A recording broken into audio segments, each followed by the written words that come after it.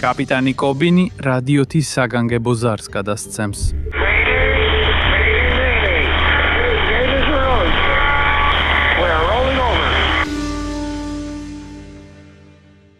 Scandis Rosie იყო 40 მეტრიანი ფოლადის თევზსაჯერი ხომალდი, რომელიც რეგისტრირებული იყო Dutch Harbor-ში, ალასკაზე. აშენებული 1978 წელს Bender Shipbuilding კომპანიის მიერ, მობილი, ალაბამა. ხომალდს ლიცენზია ჰქონდა ბერინგის ზღვაში მეფე კრაბის, ოპილიოს, ანუ ალასკის თოვლის კრაბისა და წყნარი ოკეანის კოდის დასაჯერად, რისთვისაც იყენებდნენ მყარ ფოლადის ბადეებით დამზადებულ გალიებს, როტებს უწოდებენ.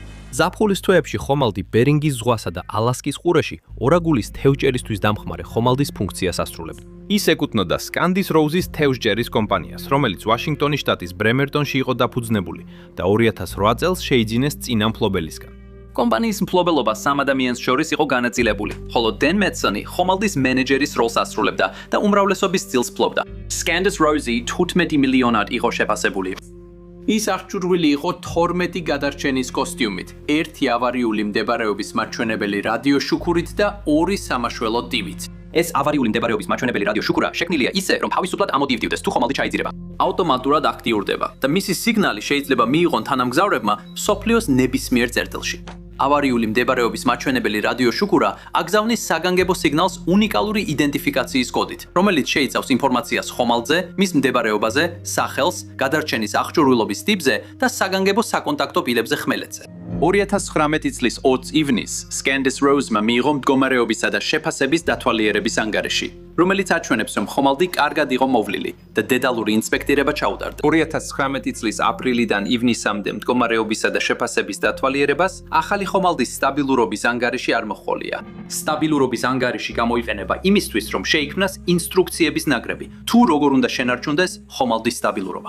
რამდენი წონის განაწილებაა შესაძლებელი ისე, რომ ხომალდის სტაბილურობა არ დაირღვეს. Scandis Rose კვლავ იყენებს წინა სტაბილურობის ანგარიშს.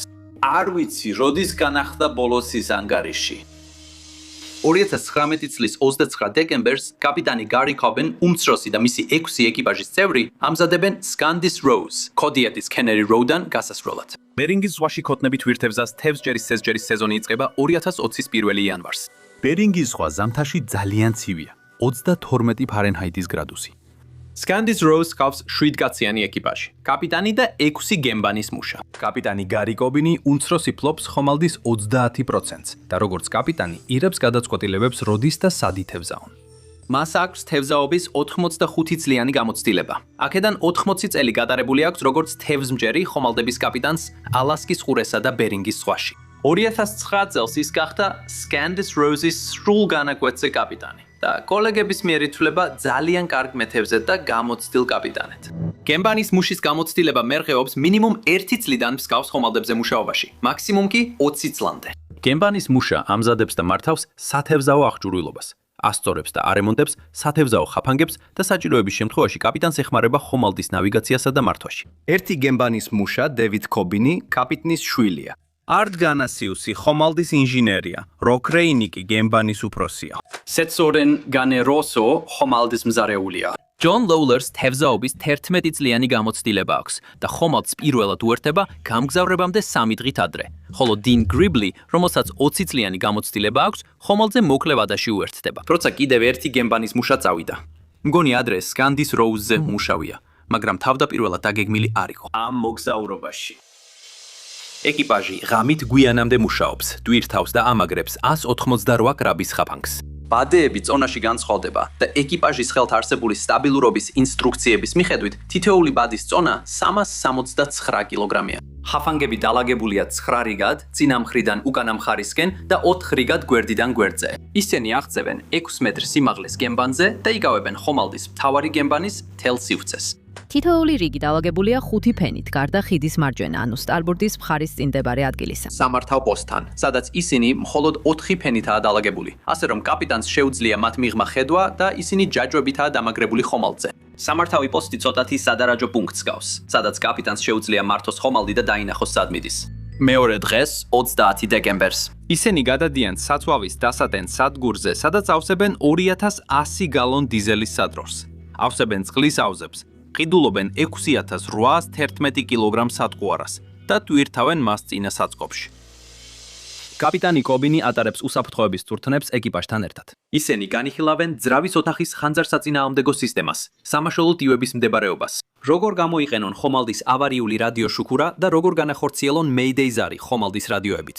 დევიდ კობინი, კაპიტნის შვილი, ასრულებს სიმულირებულ Mayday ზარს. და 딘 გრიბლი აჩვენებს, როგორ ჩაიცვას წყალში გადარჩენის კოსტუმი, რასაც ის 42 წამში აკეთებს. იმერსიული, ანუ გადარჩენის კოსტუმები. არის წყალგაუმტარი კოსტუმები, რომლებიც შექმნილია ცივ წყალში ჰიპოთერმიისგან დასაცავად. მათი გარეშე ბერინგის ზღვაში ადამიანის გადარჩენის სადარჩენის სავარაუდო დრო 30-დან 90 წუთამდე. მაგრამ გადარჩენის კოსტუმით ეს დრო შეიძლება 5 საათნახევრამდე გაიზარდოს. თუ კოსტუმი არ ჟონავს, კოსტუმები ინახება სანავიგაციო ხიდზე მდებარე კარადაში. ეკიპაჟს აჩვენებენ ეპერბს, მაგრამ ისინი არ ამოწმებენ, რომ დარწმუნდნენ მუშაობს თუ არა. უსაფრთხოების წვრთნა იწერება, მას ხელს აწერს მთელი ეკიპაჟი და იგზავნება გემის მენეჯერთან. კაპიტანი განიხილავს ამინდის პროგნოზს მათი მარშრუტისთვის, რათა ყველა დარწმუნდეს, თუ რამდენად ცუდი იქნება ამინდი. ის ამბობს, რომ ისინი მოხვდებიან ყინვის პირობებში, სადაც ზღვის შხეფები შეიძლება გაიყინოს გემზე და კრაბის ხაფანგებზე გამგზავრებამდე. ის ამოწმებს ამინდს, როგორც ეროვნული ამინდის სამსახურის საზღვაო პროგნოზზე, ასევე Windicom-ზე, ამინდის პროგნოზირების ვებგვერდსა და მობილურ აპლიკაციაზე. მეტობა ამ რეგიონში მოქმედი თევზსაჯერი გემების კაპიტნებს აიყენებს Windicom აპლიკაციას, რადგან მათ ურჩევნიათ გრაფიკა და დეტალური ინფორმაცია.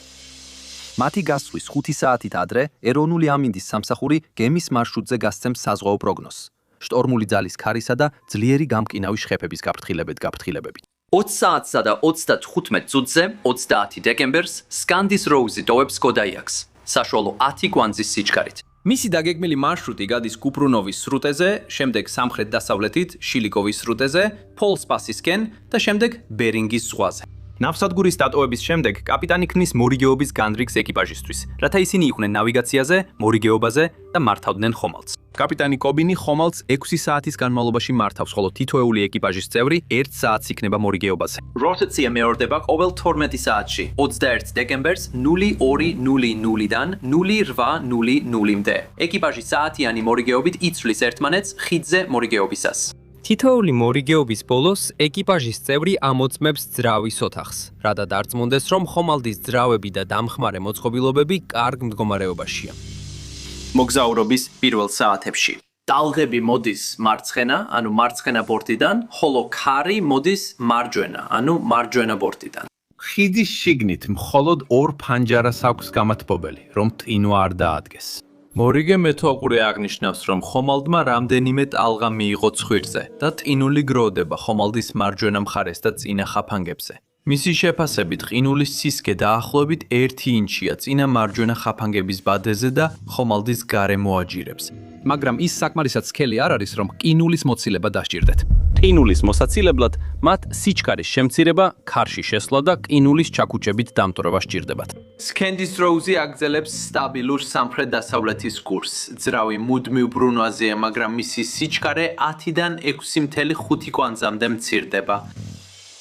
ჰარი და ამინდი უარესდება და ბევრი შხეფი წარმოიქმნება, რომელიც ტყინულად იქცევა. 19:30 საათზე, სანამ კაპიტანი თავის 20:00-დან 2:00 საათამდე მორიგეობას დაიწყებს, ის ესაუბრება დენ გრიბლს, მორიგე ეკიპაჟის წევრს. ისინი განიხილავენ ამინდის გაუარესებას, გემზე და კრაბის ხაფანგებზე დაგროვილ ყინულს და გემის 2 გრადუსიან დახრას მარჯვენა ბორტზე. ისინი ფიქრობენ სიჩქარის შემცირებასა და კურსის შეცვლაზე, რათა შეამცირონ გამყინავი შხეფები, რომლებიც ყინულის დაგროვებას იწვევს. დინმა იკითხა, უნდა გააღვიძოს თუ არა ეკიპაჟი და მოხსნას ყინული ხაფანგებიდან, მაგრამ კობინმა გადაწყვიტა შეინარჩუნოს კურსი და სიჩქარე და არ გააღვიძოს ეკიპაჟი. ის ფიქრობს, რომ ამინდი ძალიან ძიმეა იმისთვის, რომ ეკიპაჟი გემბანზე გავიდეს და ყინული დაჩეხოს 70 კვანძიანი ქარის დროს. და რომ ისინი შეძლებენ დაელოდონ, სანამ ხომალდი დაცულ წყლებში შევა. სკენდის როუზი დაახლოებით 11 მილშია, იმ ადგილებიდან, რომლებიც სუთვიკის კუნძულის გარშემო ქარისგან გარკვეულ თავშესაფარს იძლევა. კაპიტანმა კობინმა ინჟინერ არც უთხრა, რომ საწვავი მარცხენა ტანკებში გადაეტანა. ხიდის დატოვებამდე, რომ მარჯვენა გადახრა გამოასწოროს, დინი სუფთა ხიდის ფანჯრებიდან ამჩნევს, რომ მარჯვენა მხარეს კრაბის ხაფანგების გროვები და ბადეები 2 დუიმის სისქის ყინულითაა დაფარული, რაც სკენდის როუს მარჯვენა მხარეს უფრო მძიმე ხდის და სწორედ ამიტომ აქვთ 2 გრადუსით გადახრა. 20 საათსა და 12 წუთზე კაპიტანი კობინი რეკავს კაპიტან დენ მეტსონს, რომელიც სკენდის როუზის თევსაჭერი კომპანიის უმრავლესობის მეწილია და ამავდროულად ამადულის კაპიტანიცაა, რომელიც მათზე ადრე გავიდა. სკენდის როუზი სუთვიკის კუნძულიდან დაახლოებით 8 მილის ჩრდილო-აღმოსავლეთით იმყოფება. ამადული ულაკტა ჰედიდან 6 მილის ჩრდილო-აღმოსავლეთითაა, რაც სკენდის როუზის მდებარეობიდან დაახლოებით 360 მილის სამხრეთ-დასავლეთით მდებარეობს. და როცა ისინი ემზადებიან დაჩ ჰარბორში შესასვლელად, 2 კაპიტანი განიხილავს ამინდისა და სკენდის როუზის ამჟამინდელ მდგომარეობას. კონკრეტული გადაწყვეტილების მიღების გარეშე გარეშე.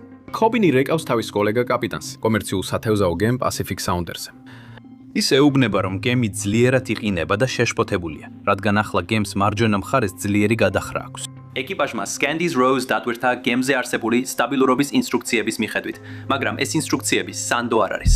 იმ დროისთვის არსებული სახელმძღვანელო მითითებები თევზსაჭერი გემის სტაბილურობაზე ყინულის გავლენის გამოთვლისთვის. არ ითვალისწინებს, როგორ გროვდება ყინული რეალურად კრაბის ხაფანგების გროვებზე, შიგნით და გარშემო. კაპიტანი კობინი ამბობს, რომ არ თვლის უსაფრთხოდ თავისი ეკიპაჟისთვის ღია გემბანზე ყინულის დამტვრევას ცუდი ამინდის გამო. ამიტომ ის შეეცდება ქარისგან თავშესაფარს მიაღწიოს. სადვიგის კუნძულის სამხრეთ-დასავლეთით 21:45 საათზე სკანდის როუზის სადვიგიდან 25 მილის სამხრეთით იმყოფება. კაპიტანი კობინი ანცირებს სიჩქარეს 6 კვანძამდე და სკანდის როუზს 50 გრადუსით მარჯვენა ბორცზე ატრიალებს. ჩრდილო-დასავლეთისკენ მიმართავს და სადვიგის სამხრეთ ყურესთან თავშესაფრისკენ მიემართება. ის კვლავ უკავშირდება Pacific Sounds როგორც კაპიტანი და პანიკური ტონით ეუბნება, რომ გემის გადახრა გაუარესდა. ქვედა გემბანზე ჯონ ლოულერი და დენ გრიდლი, 2 გემბანის მუშა, მოულოდნელად იღვიძებენ, როცა თავიანთი საწოლებიდან მარჯვენა ბორცზე გადაგორდებიან. Scandies Rose მძაფრად იხლება მარჯვენა ბორცზე 20 გრადუსზე მეტით და ვეღარ ბრუნდება სწორ მდგომარეობაში. გრძნობას, რომ რაღაც რიგზე არ არის, ჯონი საწოლიდან ხდება და ხიდისკენ გარბის, ყვირის. რა ხდება? კაპიტანი კობინი პასუხობს. არ ვიცი, მგონი ვიძირებთ. ის ტელეფონზეა და პანიკურად ცდილობს Mayday-ის სიგნალის გადაცემას, მაგრამ ხიდზე არც ერთი განგაშის სიგნალი არ ისმის. ამიტომ ჯონი ხვირის თავის თანამოთახელ დინს, რომ ნავი იძირება. დინმა იჩქარა ხიდზე და კარადიდან ამოიღო სამაშველო ჰიდროკოსტიუმები.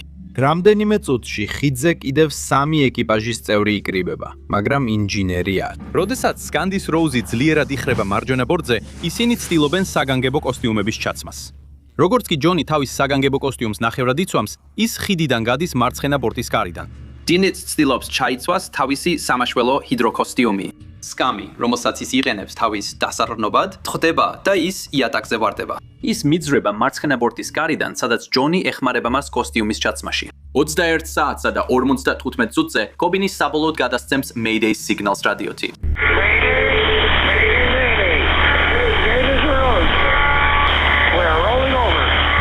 კობინი ახერხებს ხომალდის მდებარეობის გადაცემას, მანამ სანამ ხომალდი შეირხება.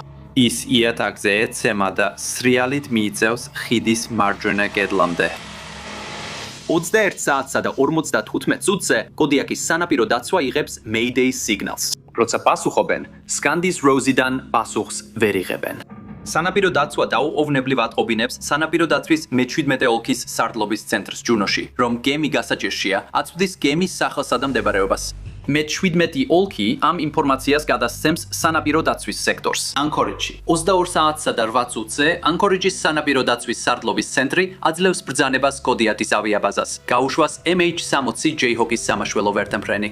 რამდენიმე წარუმატებელი მცდელობის შემდეგ რადიოთი დაუკავშირდნენ Scandies Rose, მაგრამ პასუხი არ მიიღეს. სანაპირო დაცვა ავრცელებს გადაუდებელ შეტყობინებას, რომლითაც სთხოვს ყველა გემს ამ რაიონში იყვნენ ყურადღებით და ყველა შენიშვნა აცნობონ სანაპირო დაცვას. ისინი ასევე უკავშირდებიან თევზსაჭემს Rough and Ready, რომელიც გაჩერებულია დაახლოებით 25 მილის დასავლეთით Scandies Rose-ის ბოლო ცნობილი მდებარეობიდან. ამინდის გამო Rough and Ready ვერ ახერხებს დახმარებას. ხიდის მარცხენა ბორტის კართან ჯონი და დინი ხვიდიან დანარჩენებს, რომ გამოვიდნენ გემბანზე. სწრაფად. Scandies Rose კიდევ უფრო იხრება მარჯვენა ბორტზე, სანამ დაახლოებით 45 გრადუსს არ მიაღწევს და დენი ითიშება. ისინი ისმენენ, როგორ ყვირიან დახმარებისთვის სხვა ეკიპაჟის წევრები, როცა ცდილობენ ამოძვრენას. ჯონი და დინი ეძებენ თოქს, რომ გადააგდონ კაპიტნის ხიდში გამოკეტილ ეკიპაჟს, მაგრამ ყველა თოქი გატინულია, სულ ერთიანად. დევიდ კონანი, კაპიტნის შვილი, მიაღწევს მარცხენა ბორტის კარს, იცვამს საგანგებო კოსტიუმს და შემდეგ ჩერდება, რომ დაელოდოს მამას, რომელიც ცდილობს გასასვლელამდე მისვლას. შემდეგ Scandis Rosie გადაფრილდება და ჩაძირვას იწყებს. ჯონი და დინი ცდილობენ მაღალ მხარეს დარჩენას, მაგრამ ტალღა მათ გადაბრუნებული ხომალდიდან ყინულოვან წყალში აგდებს. დინი ბრუნდება ხომალდისკენ და ხედავს, რომ ცხვირი წყლიდან პირდაპირ ზევით დგას. შემდეგ ის ქრება და დანარჩენ ეკიპაჟსაც თან მიაქვს. როდესაც ის ქრება ყინულოვანი წყლის ხაზის ქვეშ, ჯონი და დინი 19-მეტრიანი ტალღებითა და 45 კვანძიანი ქარებით ერთმანეთს შორდებიან, როცა სკანდის როუზი იძირება. საშუალ ნავებს, რომლებიც საჩის სახლის სახურავზეა დამაგრებული, ავტომატურად უშვებენ 4 მეტრის სიღრმეზე. საშუალი ნავები ხომალდს 30 მეტრიანი თოკით უკავშირდება. ამ თოკს ფეინტერი ეწოდება. როდესაც ფეინტერი სრულად იწელება, ის ააქტიურებს საშუალი ნავის შეკუმშულ ნახშირო ჟანგის ცილინდრებს და ავტომატურად ბერავს ნავს. ეპერბი იმავე სიღრმეზე თავისუფლდება, როგორც ნავები. დინი ხედავს ერთ-ერთი საშუალი ნავის სინათლეს დაახლოებით 15 მეტრის დაშორებით. თავის სამაშველო ჰიდროკოსტიუმში მყოფი, დინი ტალღაზე მიედინება საშუალი ნავისკენ და ადის მასზე. შემდეგ იწყებს ხვების ძახილს. ჯონი ესმის დინის ხმა, მისკენ მიცურავს და 20 წუთის შემდეგ, რაც ერთმანეთს დაშორდნენ, ისინი ისევ ერთად არიან.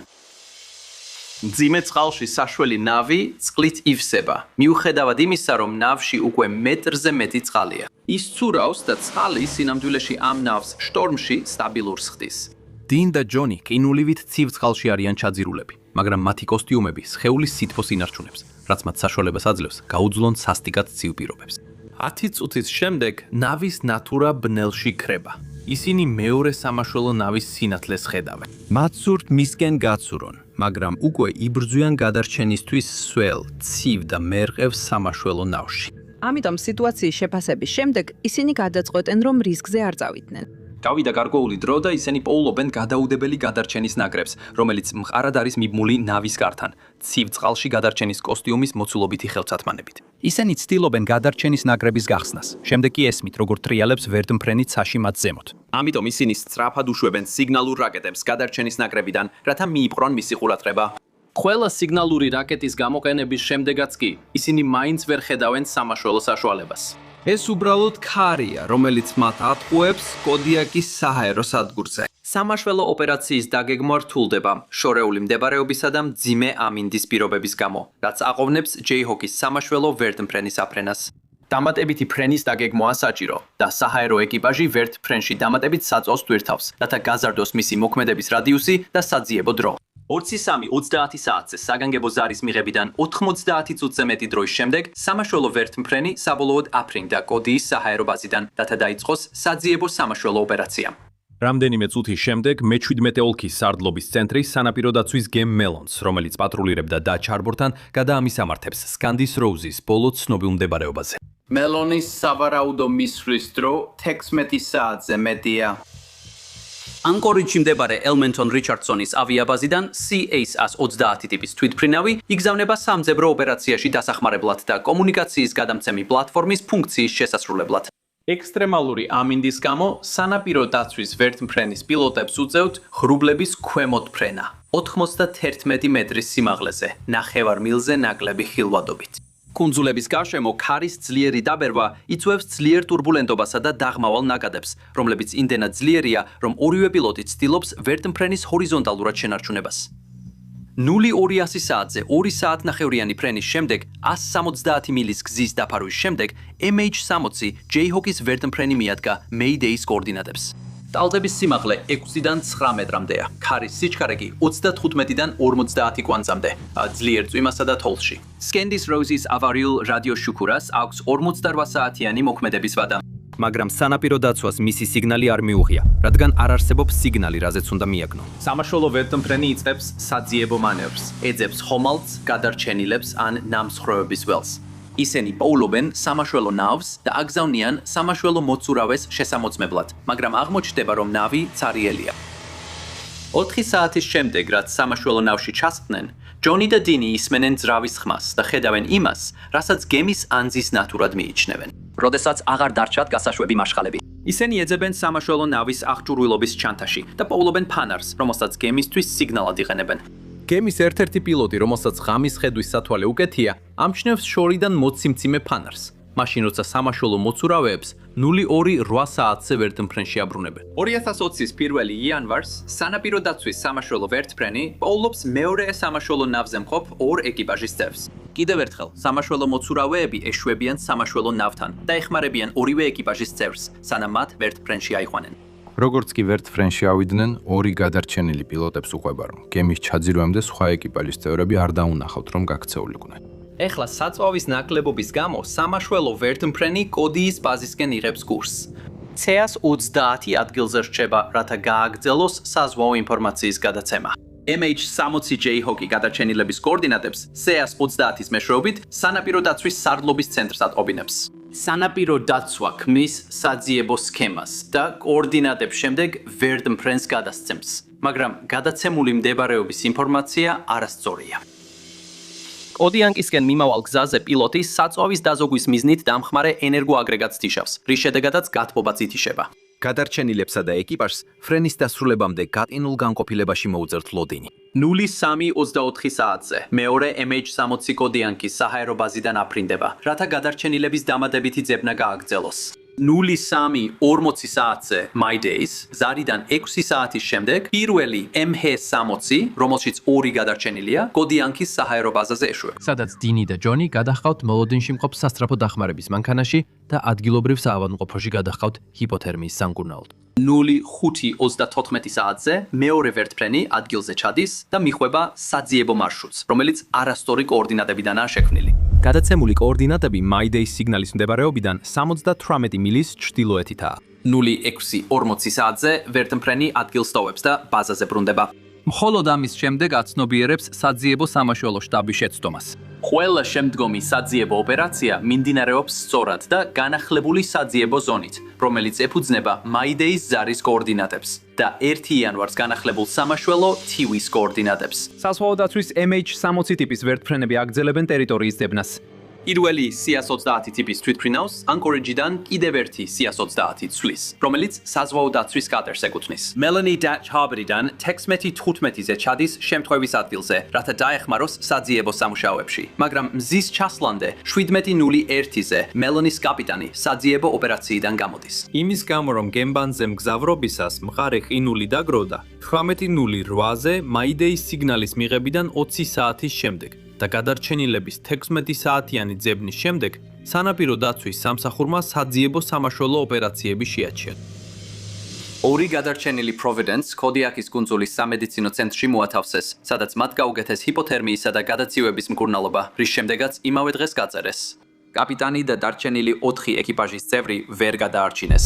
საზღვაო დაცვამ 3 MH-60 ვერტმფრენი, 2 C-130 თვითმფრინავი და 1 კატერი გამოიყენა სუთვიკ კუნძულის მახლობლად 1400 კვადრატული მილის ოკეანისნის ტერიტორიის მოსაძებნად. სკენდის როუზის მეპატრონეებმა დაიქირავეს საზღვაო ავარიულ სამაშველო კომპანია და ჰიდროგრაფიული კვლევის კომპანია, რათა ეპოვათ და დაეფიქსირებინათ ნანგრევები.